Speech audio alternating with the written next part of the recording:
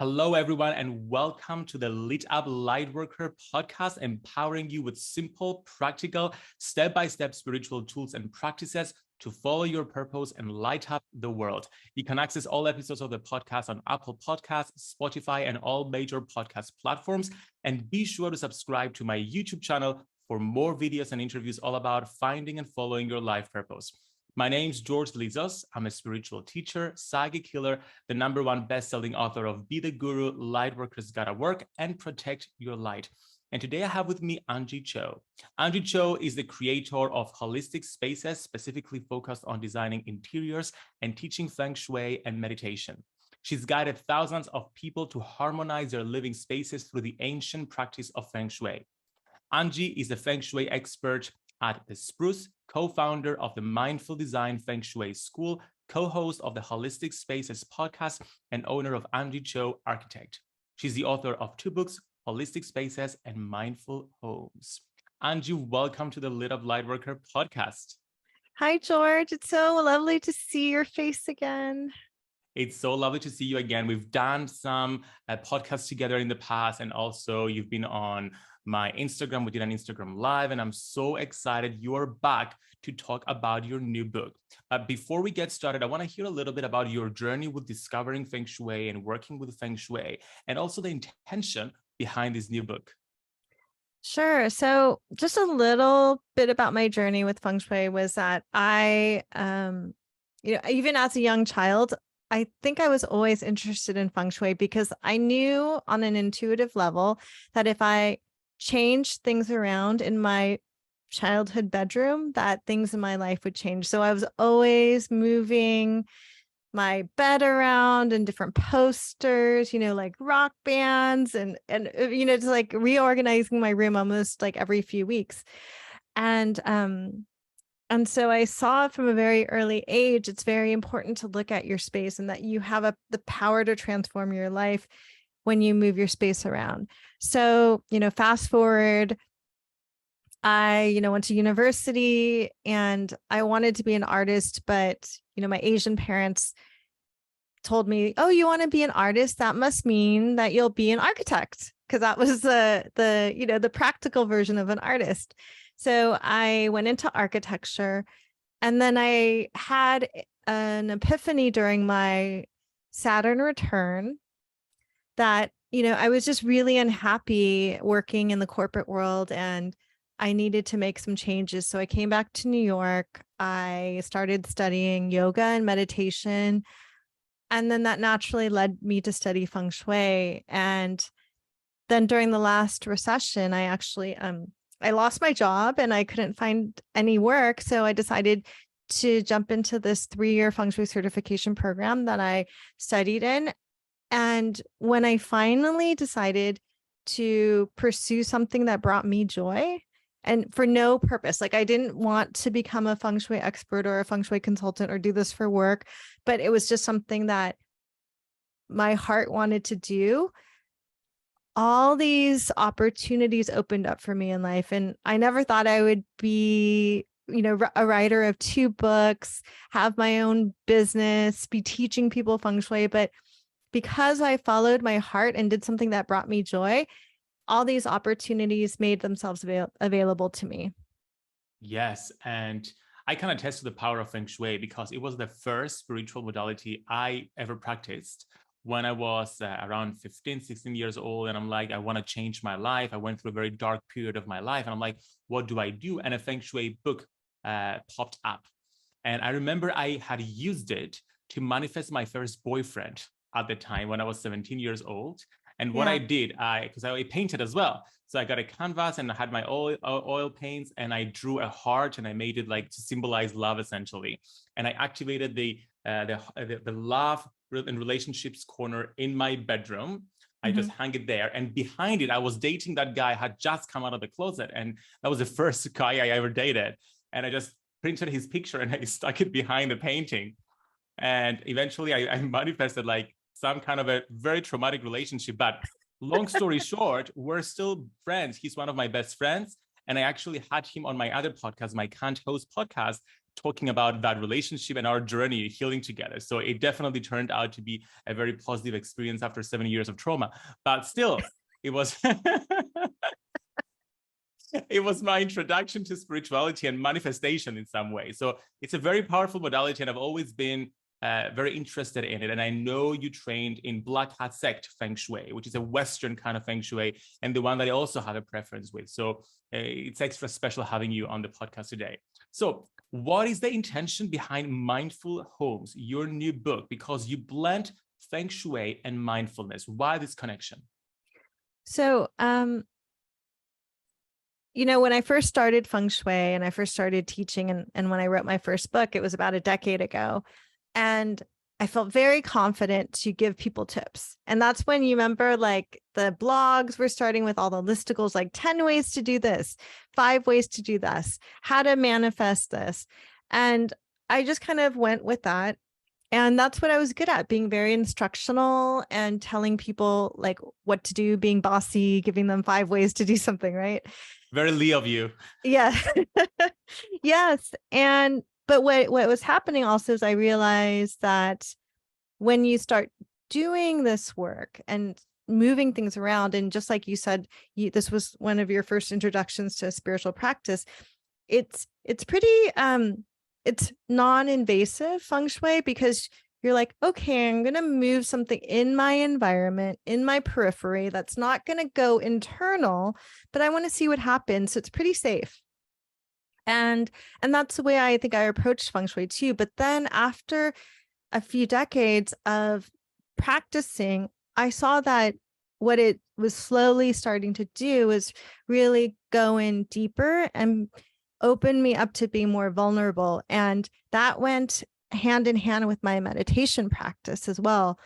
And so this book, I'm older and more experienced and also more seasoned.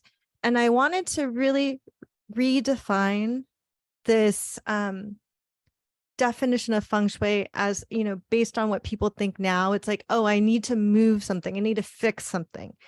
But in reality, you don't have to move anything around. Like, you don't have to put a heart in, you know, you don't have to do anything. You don't have to change yourself. There's nothing wrong with you, but it's about the awareness of it.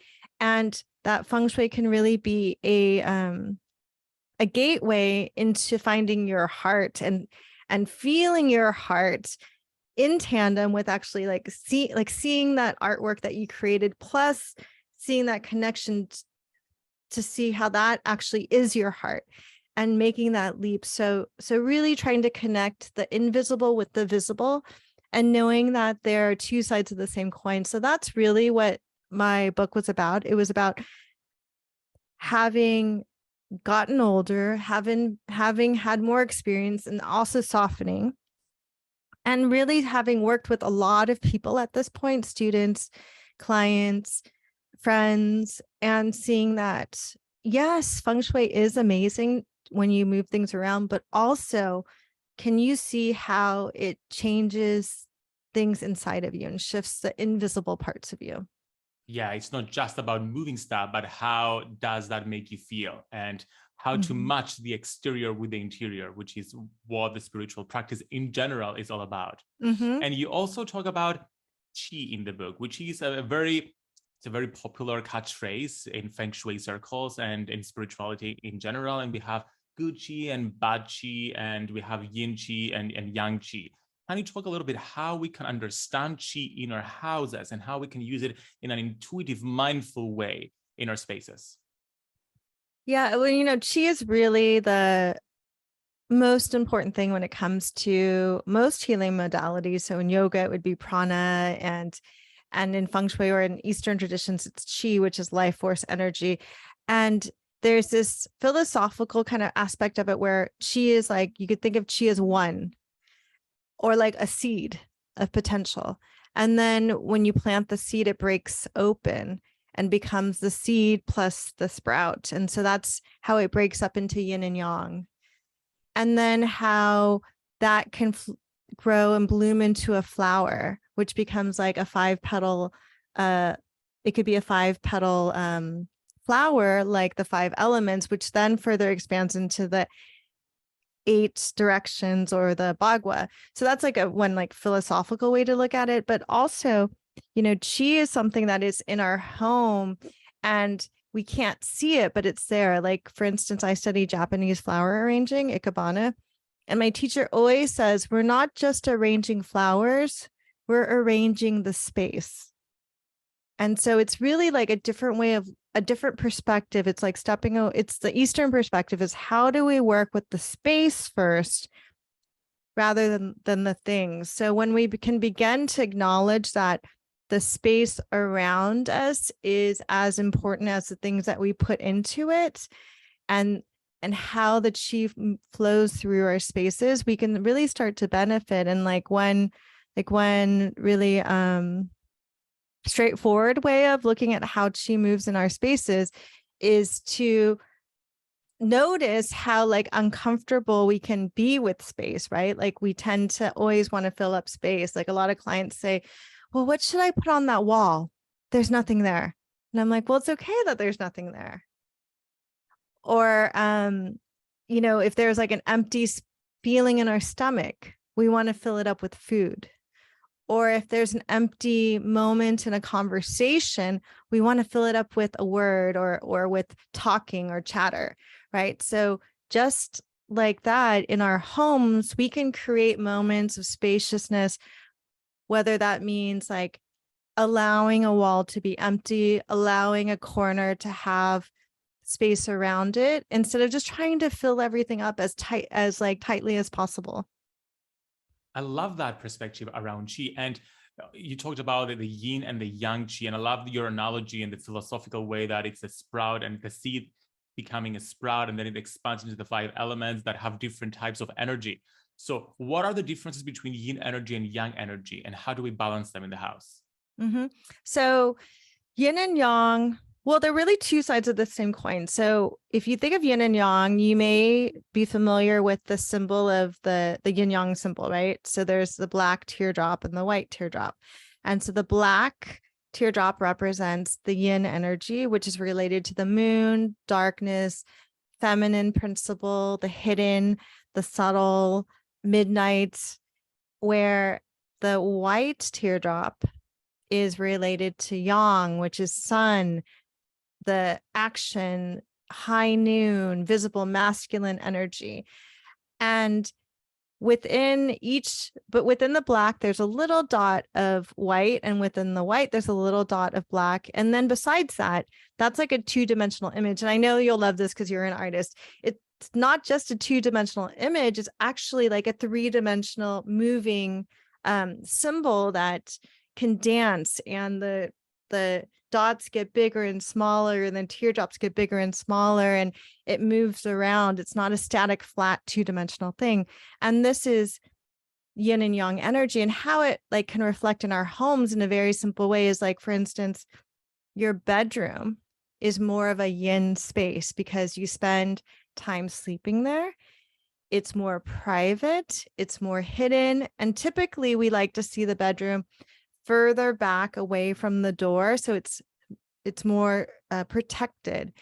And like, say, a kitchen is more yang because there's cooking, there's alchemy happening there, there's a lot of action, things coming in and out, and a lot of life energy. Or like your front door is more yang. So we could start to like categorize our energies with yin and yang, but always within the yin, there's a yang. So like on the cold, like in the coldest winter, there's always the warmest day. So that would be the most yang day within the yin time. So it's always like in a relationship to the other, which reminds us that we're always in a relationship to each other and in community with each other. We always need to work together. Yeah. So essentially we're matching our houses to nature. Because in the same way that in nature, during the winter, there are also like sunny days and warm days. Same thing with our houses. Each room has a different primal energy and primary energy. And then we're also balancing that with the opposite energy as well, just to create a more balanced environment. I love that perspective. Yeah. Or then, also like, yes, like for the bedroom is more yin. So maybe you do want to kind of avoid super yang things in your bedroom. That's why a lot of people get like blackout shades for their bedroom, because they want to make it like not have it so sunny. But also maybe you don't need to have like, I don't know, like very like complicated books on, you know, stuff you're studying, because it's very thinking yang energy. Or you don't necessarily need like to have an exercise bike that you're staring at when you're going to bed. Maybe that's what's keeping you up at night. Yeah, symbolism is very important because each thing has the different type of energy. So it's about being mindful as to what energy am I bringing into the room by having certain things. Exactly. Now, when it comes to the 5 elements, now the 5 elements, according to Feng Shui and Eastern tradition, is very different from the 4 elements we're aware of in the West and in the Western world. Can you talk about this difference? And also, how do we use the 5 elements in our house? So the 5 elements in the Asian system are wood. So wood creates earth, creates metal, creates water, creates, oh wait, I did that in the wrong order. Sorry. Wood creates fire, creates earth, creates metal, creates water. So those are the 5 elements in that order. They create each other. And in the Western system, it's water, fire, air, and earth. Okay.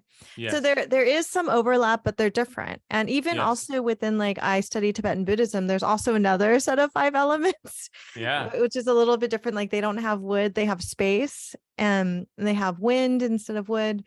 So so most cultures did look to the natural world and categorized and organized their world around these elemental qualities, and see how they relate to each other and how they balance each other. So similarly, when we look at the 5 elements in our home, one of the really simple ways to use feng shui is just to simply be aware of a balance of the 5 elements in the home. For instance, like one time I went to a client's home and it was all white and super modern, and white is related to the metal element, which is very yin. And that's what her space was like. There was no life energy there. It felt so sterile, and she was really unhappy. And also she didn't stay there that often. And her husband was like living abroad. And so all of that was reflected in her home. And there was also like, there wasn't any warmth there. Right. So you could start to look at like, how can you maybe bring in a little bit more? So for instance, if you wanted to balance 5 elements, you could see, okay, do I have earth? And if we wanted to do it with like color, earth is yellow and brown and earthy tones. And that's often found like in the flooring of your home, which is like oftentimes like a brown wood, which is actually earth element. And actually the floor, it represents the earth. It stabilizes us, it supports us, it holds us like our Mother Earth. And then if we wanted to then look at water, so water is related to the color black. So you could bring in some black accents, or have like water elements in the space.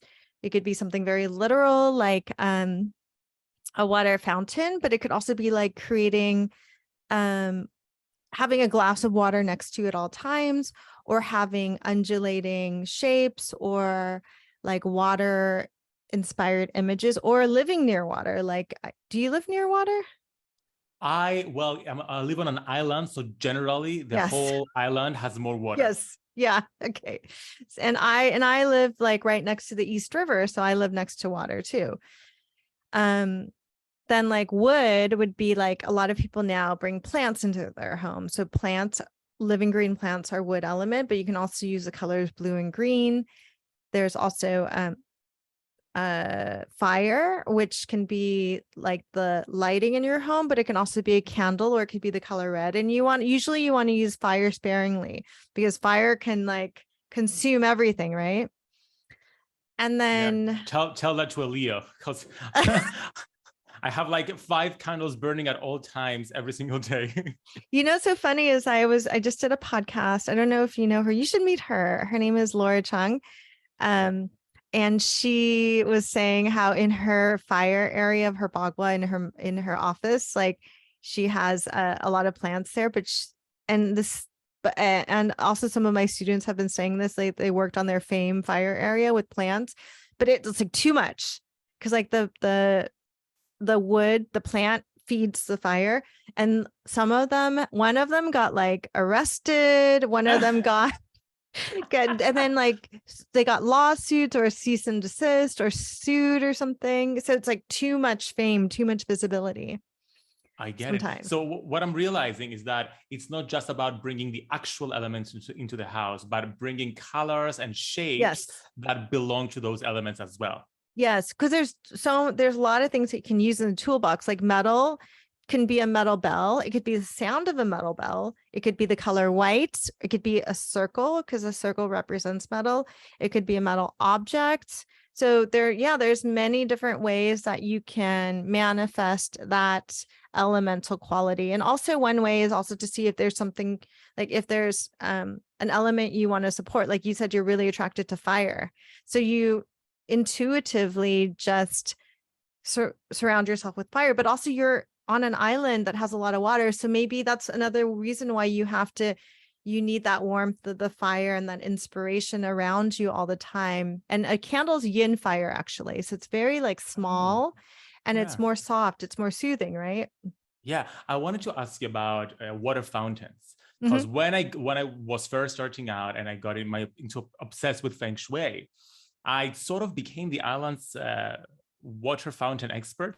It happened very spontaneously and unexpectedly, because we had this house expo here in Cyprus, and I partnered somehow with this Feng Shui store. I was like a 16-year-old kid with this Feng Shui store that brought water fountains from China.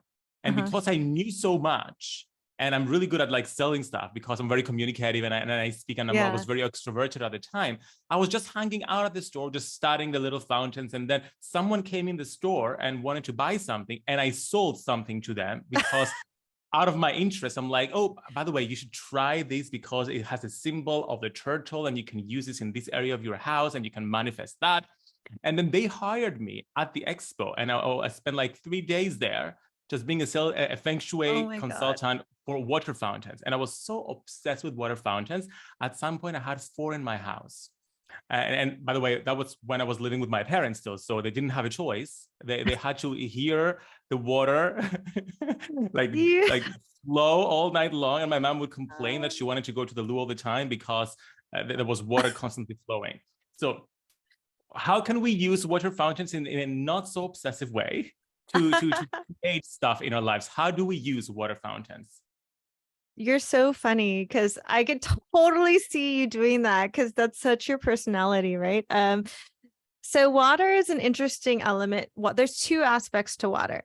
It can be still water, like the ocean, which is very deep and it's related to wisdom and can be related to the abyss and actually depression and fear. Like in the I Ching, water is fear, and also in Chinese medicine. So there's that one aspect of that still deep water, like the ocean. And then there's also moving water, like a water fountain or like a rushing river. And it's no coincidence that the greatest cities like New York City, but also like Paris or Los Angeles, San Francisco, are all located near big bodies of water, because that's like how this earth works. Like we populate around waters, and the qi goes with the water. And also in Feng Shui, moving water is your prosperity or money or cash flow. So water can be a skillful way in which to use the elements in your home. And so by bringing in moving water like fountains, like what it is you're bringing in this movement of qi. So it's like just like how all the boats and all the life went to these cosmopolitan centers, you're bringing that to you. So you want to kind of also look at the direction of the water element that you're offering. Like, is it flowing towards you? Is it bringing those boats into you? Is it bringing those ships back home? Or is it just flowing out and leaking away or draining? So you can also look at like, are there leaks in your home? Because the leaks can represent like a slow drainage of your prosperity or your cash or your income. that's just slowly dripping away, slowly dripping away. So there's interesting ways to look at your water element. And then also see how you feel too. So for you intuitively knew like water and fire, which are, people think those put each other out, but in fact, they can balance each other, right? They're two sides of that same coin. They're the yin and yang again. Fire is yang and water is yin.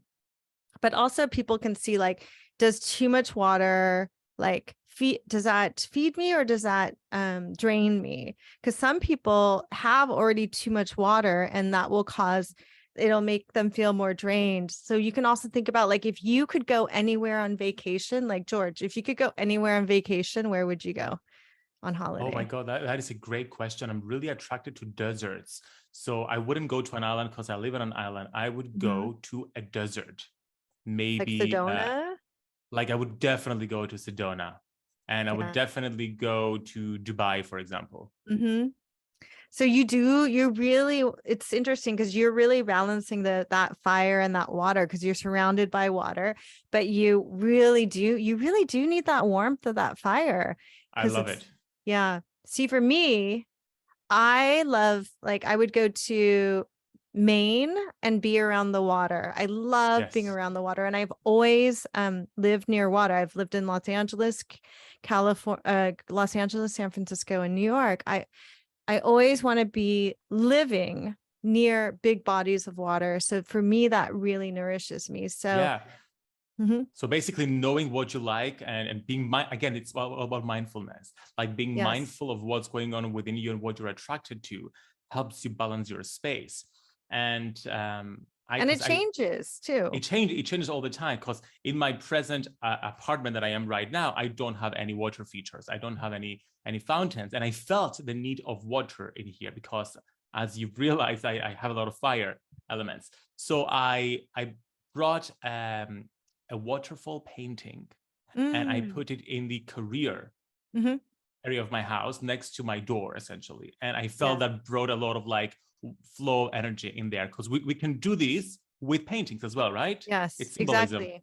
You could do it with imagery, with paintings, and also like textiles that are undulating or wavy lines or patterns. That's all water element. And also like being around, like curtains, yes, and and also like being around watery people too. Oh yeah, that makes sense. That's why I'm attracted to like water signs as well, because they have that balance that I need. Okay. Now, what I loved about the book that I haven't seen so much in other books is that, I mean, I have seen, but you go into detail about it, is the Bagua map and crystals and how we can work with crystals and the Bagua map.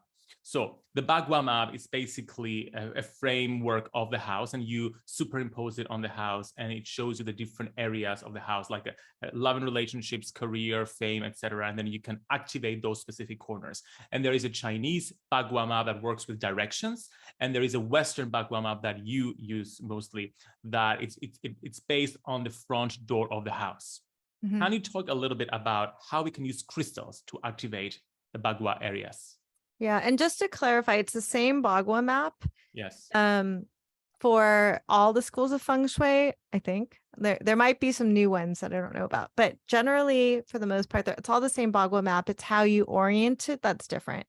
Yes. So so in the school that I study, BTB, we do orient it based on the flow of qi, which means where the formal front door is, and then it rotates or floats and shifts based on the flow of qi, but it also has the directional overlays on it. It's just not the primary way that we lay it. Yes. But I love the fact that feng shui is a modality that can shift and it could become more modern as we go. So it has so much richness that it can be modernized as long as you do it with dignity and respect, of course. So that said, right now, I think there's a big attraction towards crystals for many reasons, most of which I think, number one, they're just beautiful. I mean, people, for the entire human civilization we've loved gemstones, right? Because they are just inherently gorgeous, but also they've been created by the earth. So there's age, there's wisdom, there's a magnetism, there's so much to them. And so, but luckily now there's also these semi-precious gemstones or crystals that we can bring into our homes with intention. So they have so much wisdom. It took like centuries for the earth to create those, right? And they have minerals and wisdom that we don't understand so much in our short human lives. So the Bagua map is this amazing tool that you can use in your home, not just to overlay on your home, but they also have like those 5 elements, 5 elemental qualities attached to them. They also have meanings. They have, so many like body parts, organs, color associations. So I go through in my book some recommendations for crystals that connect to each area of the Bagua map. So if there's an area that you want to work on, like for instance, you were talking about partnership, or you were talking about your career area. So the partnership area is related to the color pink, and the career area is related to the color black. So you could actually keep it very simple and just find a crystal that you're attracted to, or even just go out and find a stone, an ordinary stone on your walk in nature that has that color association. And then you can place that in that area of your home to bring in more support and to bring in the intention, whatever intention you have in relationship to that Bagua area. So it's a really powerful way to activate using the power of crystals. Yes, and a key word you mentioned is intention, because it all works. Yes, they have their own frequencies and their energies, but it's your intention that activates those frequencies and helps them create some change into your house and into your life. Mm-hmm. And my final question has to do with decluttering and essentially getting rid of stuff, because we talked about how to organize a house, how to place certain things, how to be mindful about it. But how do we declutter in a mindful way? Personally, I love decluttering. I Marie Kondo'd my entire house, and I live the Marie Kondo way to the detail. So every single detail, all my clothes are folded in her way. Everything is very organized, and I love it. And I've witnessed the power of decluttering. But I know this approach may be a bit too radical for some people, and they would appreciate a more mindful approach. How do we declutter in a way that doesn't emotionally, it's not emotionally torturous? Yeah, I mean, it's so interesting because clutter is really another modern day problem, just like with food, right? Like we have all these processed foods that our bodies can't digest. We haven't evolved. It's not that the foods are necessarily bad. It's just our bodies have not evolved to make use of them properly, right? I mean, that's one aspect. And similarly, in our consumer-based society, we have so much stuff, and luckily there's a backlash against this now, and the younger people are really questioning what they're purchasing. So I think the first thing to look at when you feel like you have clutter is to have forgiveness for yourself, because there is so much shame involved with that, like, and judgment. And then that usually, to me, paralyzes the person to begin with. So they get in this hopeless mode of like, I have so much clutter, I don't know what to do. And then they give up. Mm-hmm. And so first is acceptance, and maybe just being okay with it, first of all. And another thing that goes along with that shame is having this judgment of yourself. And one of my students, who's a professional organizer, actually told me, because someone had asked us this question, like, how do I'm not able to put things back in the right place. Like I can't stay organized. So my student was saying, well, actually, if you're not putting it back in that place, that means that is not the right place for it. So, it's like, stepping back and saying, well, it's not that I have to fit into this mold of the perfect George Lizzo's house. It's completely Marie Kondo. I mean, that works for you, but that doesn't mean it's the right thing for somebody else. So first having forgiveness, acknowledging it. And then I like to take a really gentle approach. 9 things a day try 9 things a day for 9 days. So 9 is a very auspicious number in feng shui. So just committing to 9, like letting go of 9 things a day for 9 days and seeing how that feels. And it could be really small. The 9 can be anything you wish it to be. It could be 9 bags of things. It could be 9, maybe like you have a pair of shoes and you count one is one and the other pair is another. You can create your own definition of what 9 things are, but taking it step by step and having like a manageable, doable amount of like a structure around it. Yeah, and I love it. I love the challenge component of this. Like it's 9 items, 9 days. It eases you into decluttering so you don't shock your organism. And then eventually, from my experience, when you start doing something gradually like that, you get hooked and it feels comfortable. Your ego eases a little bit and it feels comfortable with letting go of things. And then you potentially and eventually increase and take a more active approach to it. Okay. Anjie, thank you so much for coming onto the podcast. Why don't you let everyone where they can get in touch with you and work with you, and also where they can get your new book, Mindful Homes, from? Sure. So you can follow me on Instagram at Anjie Cho, and you can visit my website at mindfuldesignschool.com. And my new book, I have just 1 copy so far. It comes out April 11th. I don't know when this is going to be aired, but you can get my book, Mindful Homes, wherever books are sold. So bookstore.org, Amazon, most everywhere where books are sold, it'll be available. Yeah.